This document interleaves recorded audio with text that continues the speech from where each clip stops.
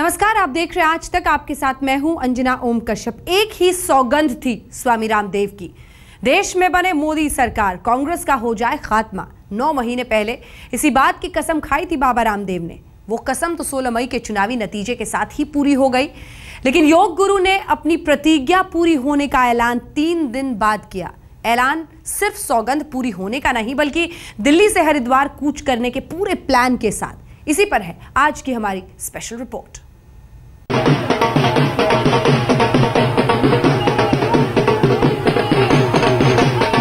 दिल्ली की सियासी गलियां छोड़कर अपने आश्रम चले बाबा रामदेव। आप पूछ रहे हैं क्यों?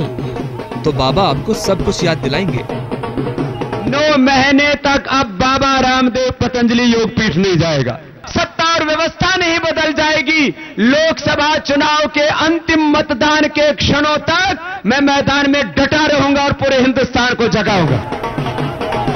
भले ही आप भूल गए हो स्वामी की वो सौगंध, 9 महीने पहले जो कसम खाई थी वो याद ना हो, लेकिन बाबा के पीछे उमड़ा ये काफिला आपके सामने सब कुछ रिवाइंड कर देगा। दिल्ली से रवाना हुआ ये रेला है ही इतना भव्य कि देखने वाला बरबस ही पूछ बैठे, बाबा आखिर बात क्या है? ये सवाल भी हम बाबा रामदेव से पूछेंगे। फिलहाल देखने वाली बात तो ये है कि बाबा प्रसन्न हैं, अपनी खुशी में मगन हैं। खुशी इसलिए भी ज्यादा कि उनकी खुशी में चाहने वाले उमड़ उमड़ कर शरीक हो रहे हैं, राजघाट से लेकर हरिद्वार के पूरे रास्ते तक। दिल्ली से शुरू हुआ बाबा रामदेव का विजयी जुलूस, गाड़ियों का काफिला गाजियाबाद चौराहे पर पहुंच चुका है और आप समर्थकों का हुजूम देख सकते हैं। यहाँ पर सैकड़ों की संख्या में सुबह से ही लाइन लगाकर यहाँ पर समर्थक खड़े हुए हैं और बाबा रामदेव को एक अपने फूलों की माला देना चाहते हैं, देखना चाहते हैं, एक बार छूना चाहते हैं। देख रहे हैं किस तरह से भीड़ लगी है यहाँ पर। भक्तों के इस उमड़ते प्यार से अभिभूत हैं बाबा रामदेव। बाबा की प्रसन्नता का एक पहलू तो आपके भी पल्ले पड़ गया होगा, लेकिन असली खुशी तो उस सौगंध की है जो 9 महीने की तपस्या के बाद पूरी हुई है। तो कुछ देर के लिए बाबा काफिले को विराम देते हैं और सवाल उठाते हैं उस सौगंध का। ये जो 9 महीने की अखंड यात्रा चल रही थी 8 सितंबर से आज मई तक, और अब हरिद्वार जा रहे हैं, और हमारी जो भारतीय संस्कृति है और उसमें भी जो मूल में योग, अध्यात्म, आयुर्वेद, शिक्षा, संस्कार और उसके द्वारा एक आदर्श व्यक्तित्व और आदर्श नेतृत्व का तैयार करने का, निर्माण करने का दीर्घकालिक काम उस भूमिका में जुट जाए। तो असल बात यह है, बाबा चाहते थे कांग्रेस का सफाया हो, ख्वाहिश थी दिल्ली में मोदी सरकार बने, वो अब पूरी हो गई। तो बाबा का अब दिल्ली में क्या काम? ये हम नहीं कह रहे, बाबा रामदेव खुद कह रहे हैं। अब वो देश के विकास को लेकर आश्वस्त हैं। अब वो सुकून से अपने आश्रम में रह सकते हैं। 9 महीने तक जो पीड़ा सहनी थी वो सह ली। बहुत कुछ सहा, बहुत कुछ किया। हर दिन आक्रमण होते थे, वार प्रहार, अत्याचार, जुल्म, जातियां, और उन सब के बीच में करोड़ों लोगों ने साथ दिया, लाखों कार्यकर्ताओं ने जमीन पर काम किया और परिवर्तन की एक जमीन तैयार हुई जिसमें ये कमल खिला, और आदरणीय मोदी जी के नेतृत्व में अब देश सही दिशा में आगे बढ़ेगा। बाबा के चेहरे से वो दर्द भी टपकता है जब सियासत के गलियारों में उनकी पूछ जरा अनिश्चित हुआ करती थी। जो लक्ष्य था वो बार बार दिवा स्वप्न की तरह दिखता था। इसे लेकर बाबा कई बार व्याकुल हो उठते थे। इसी अकुलाहट में कई बार कुछ ऐसा कह जाते थे कि विरोधी उन्हें सियासत की राखी सावंत करार दे जाते थे। लेकिन बाबा रामदेव का रोड मैप क्लियर है, लक्ष्य भी अब धुंधला नहीं। इस यात्रा में क्या संदेश देंगे? यात्रा में कोई और नया लक्ष्य, क्योंकि अब सरकार तो आ गई आपकी मनमाफिक, तो अब क्या लक्ष्य आपके दिमाग में? अब हमारे यात्रा का जो सबसे बड़ा लक्ष्य है कि बाबा रामदेव के बाद क्या, मोदी जी के बाद क्या, तो आने वाले उन 25-50 वर्षों की तैयारी में हम लगेंगे। तो बाबा का लक्ष्य अब लॉन्ग डिस्टेंस का हो चला है। राजघाट से अपने हरिद्वार आश्रम तक इसी लक्ष्य को साधने निकले हैं। आगे पड़ाव और भी आएंगे, मगर बाबा तो हर पड़ाव को पार करने की ठान कर निकले हैं। रामदेव जी का ये कहना है कि यहाँ से आगे जो है नया लक्ष्य शुरू होता है और आगे 25-50 सालों की जो जो जिस तरह से वो देश को देखना चाहते हैं उस पर वो काम करेंगे। यात्रा यहाँ दिल्ली से शुरू हुई, राजघाट पहुंचे हैं। राजघाट से लेकर के हरिद्वार तक हम बाबा रामदेव के साथ रहेंगे। कैमरामैन शकील के साथ विवेक शुक्ला, दिल्ली, आज तक। बयान से तो लगता है कि बाबा रामदेव अगले 20-25 साल के लिए सियासत के बैरागी हो गए, लेकिन दिल्ली से हरिद्वार यात्रा के दौरान ऐसा कतई नहीं लगा, बल्कि पड़ाव दर पड़ाव उमड़ते जन सैलाब को देख बाबा अभिभूत हुए जा रहे थे, जैसे इस जन समर्थन में अगली रणनीति की कोई जमीन तैयार होती दिख रही हो। बाबा बार बार दावा कर रहे थे, देश में आज अगर मोदी की सरकार बन रही है तो उनके जन जागरण की ही बदौलत।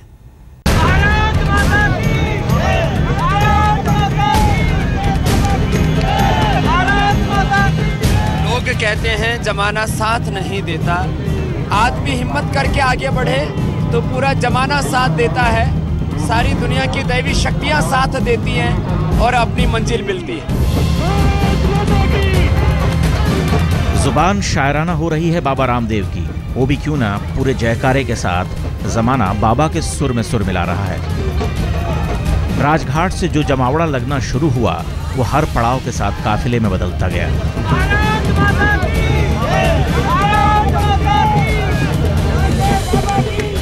जैसे जैसे हम हरिद्वार की तरफ बढ़ते जा रहे हैं, बाबा रामदेव का जो काफिला है उसका आकार भी बढ़ता जा रहा है। समर्थकों की संख्या में खासा इजाफा होता जा रहा है। बाबा रामदेव ठीक मेरे पीछे हैं, आप देख सकते हैं, और ये देखने लायक चीज है कि किस तरह से बाबा को समर्थन मिल रहा है।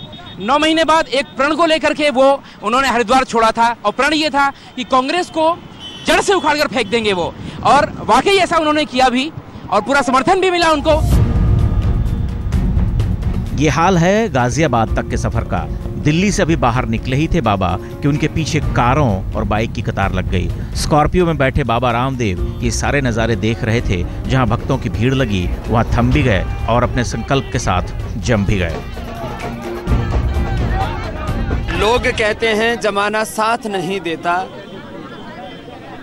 मैंने पिछले 2 दशकों में और जब से 5 जनवरी 2009 से भारत स्वाभिमान की यात्रा शुरू हुई तब से आज तक करीब 10,950 कार्यक्रम किए हैं। 14 लाख किलोमीटर की यात्रा, करीब 14 करोड़ लोगों से सीधा संवाद किया है। मैंने एक दिन भी ऐसा नहीं देखा जब लोगों ने साथ न दिया हो। बाबा ने नरेंद्र मोदी का साथ दिया तो पूरी दुनिया ने, उनका कहना है, उनका साथ दिया है और लोग साथ देते हैं। बहरहाल गाजियाबाद से काफी धीरे धीरे आगे बढ़ रहा है। यहाँ के बाद अगला जो पड़ाव है वो मेरठ का है। गाजियाबाद से मेरठ की ओर बाबा का काफिला बढ़ा, लोगों के जयकारे के साथ रुकता रहा। बाबा जहां भी रुके अपनी सौगंध दोहराते तिहराते रहे। कैसे दिल्ली के सिंहासन से कांग्रेस की सत्ता को उखाड़ फेंकने का संकल्प पूरा किया। वो कसम याद दिलाई कि जब तक कांग्रेस सरकार का किला नेस्तनाबूद नहीं कर देंगे तब तक गंगा की गोद में बसे अपने पतंजलि आश्रम की दहलीज पार नहीं करेंगे। इसी प्रतिज्ञा को पूरा करने के लिए वो पिछले 9 महीने से पूरे देश में घूम रहे थे। भोपाल से भागलपुर तक और जम्मू से जबलपुर तक अलख जगा रहे थे कांग्रेस के खिलाफ। बाबा मोदी की महाविजय में अपना योगदान भी बता रहे थे। बीजेपी और संघ के साथ साथ भारत स्वाभिमान के कार्यकर्ताओं ने परिवर्तन के लिए एक जमीन तैयार की और आज सबको खुशी है कि पूरी दुनिया में भारत के इस विजय की चर्चा हो रही है।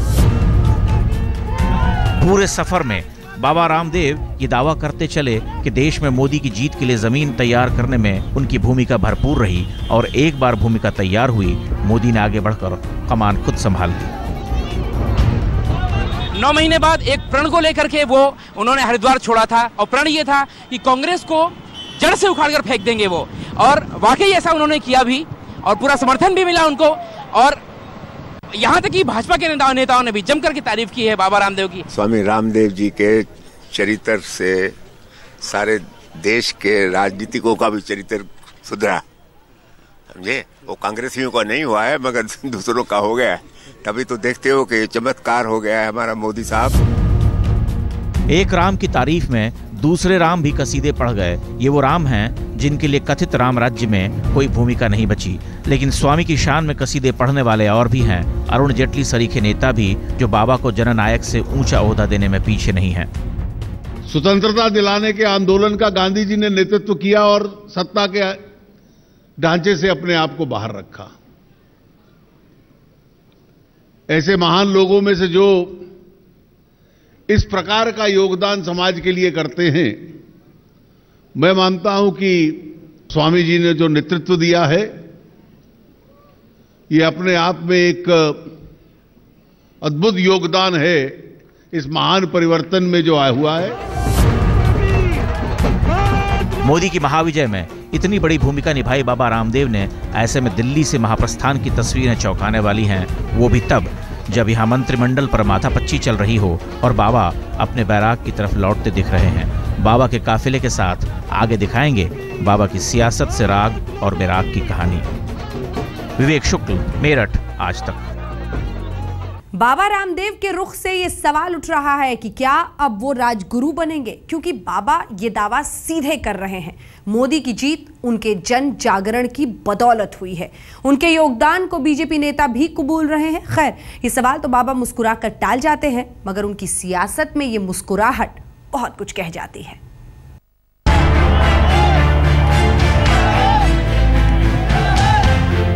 दिल्ली से बाबा रामदेव के महाप्रस्थान की 2 तस्वीरें, दोनों में फासला तकरीबन 3 साल का है। फर्क सीधे तौर पर बाबा के मान और अपमान का है।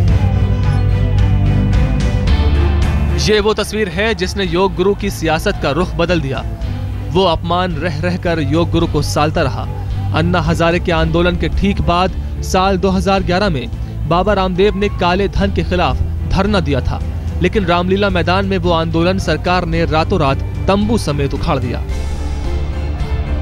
बड़ी जुगत से योग गुरु उस मुसीबत से निकले थे, लेकिन वो अपमान कभी नहीं भूले। उसके बाद से पूरे देश में लगातार सभाएं करते रहे, कांग्रेस के खिलाफ जनमानस को जगाते रहे। हालांकि तब बाबा ने खुद का राजनीतिक दल खड़ा करने की बात कही थी, लेकिन सरकार से आर पार की लड़ाई में सियासी समीकरण ढीले पड़ गए। लेकिन कांग्रेस के खिलाफ बाबा कभी रुके नहीं, थके नहीं। सोनिया गांधी समेत राहुल गांधी और प्रधानमंत्री मनमोहन सिंह तक को रह रहकर निशाना साधते रहे। तब से लेकर दिल्ली में संकल्प पूर्ति उत्सव तक कांग्रेस पर धोखाधड़ी का आरोप लगाते रहे। पहले मौका हमने कांग्रेस को दिया, उन्होंने धोखा दिया। राहुल गांधी जी से मैंने लंबी मुलाकात की, जो अभी प्रधानमंत्री नहीं रहे उनसे भी मैंने 2-2 बार लंबी मुलाकातें की, बहन प्रियंका जी से भी मुलाकातें की। लेकिन आज मैं उस पूरे खानदान को अभय दान देता हूं और वापस अपने मूल कार्य में लौट रहा हूं। हरिद्वार प्रस्थान से पहले बाबा जब संकल्प पूर्ति का उत्सव मना रहे थे, तब मंच पर उनके साथ महाविजय वाले नरेंद्र मोदी तो साथ में नहीं थे, लेकिन अमित शाह, अरुण जेटली और राजनाथ सरीखे नए संगी जरूर साथ थे। राजनाथ सिंह ने बाकायदा बाबा को महाविजय में उनके योगदान को सॉलिड करार दिया। बेटा बहुत योगदान रहा, बहुत सारे सामाजिक सांस्कृतिक संगठनों का योगदान रहा है, सभी का योगदान रहा है। बाबा का भी बहुत बड़ा योगदान। इसी आभार के साथ बाबा का संकल्प समाप्त होता है, मगर ये जो काफिला है नई प्रतिज्ञा की तरफ इशारा करता है। क्या है बाबा की वो नई प्रतिज्ञा? वो भी कम दिलचस्प नहीं। आज तक ब्यूरो।